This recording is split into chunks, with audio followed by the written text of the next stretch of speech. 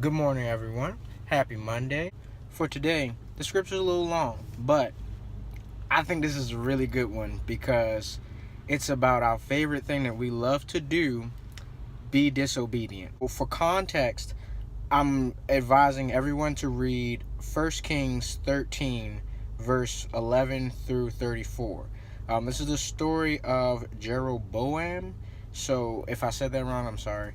So scripture for today is 1 Kings chapter 13, verse 26. And when the prophet who had brought him back from the way heard of it, he said, "It is the man of God who disobeyed the word of the Lord. Therefore the Lord has given him to the lion, which has torn him and killed him, according to the word that the Lord spoke to him."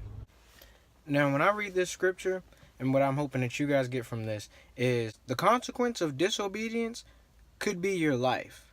So when we go throughout life and we hear a word from God where it's almost like a clear cut instruction on what you're supposed to be doing, and then you go against that, or you allow somebody else to pull you away from what God has told you to do, it could result in you losing your life.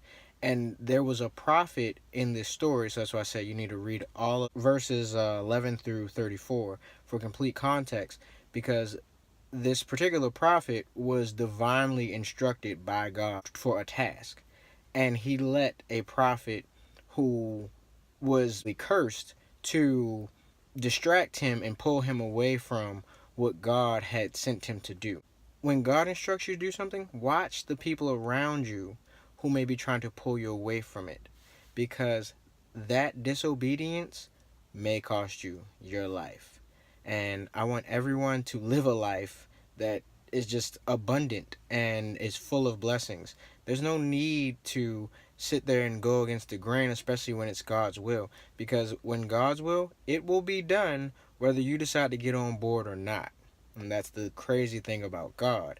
And I know it's a lot more brutal Old Testament stuff, but I mean, even in the New Testament, even in today, you still see some of those crazy things happening that are really like, wow, that could have only been God trying to save me or take me from that certain situation.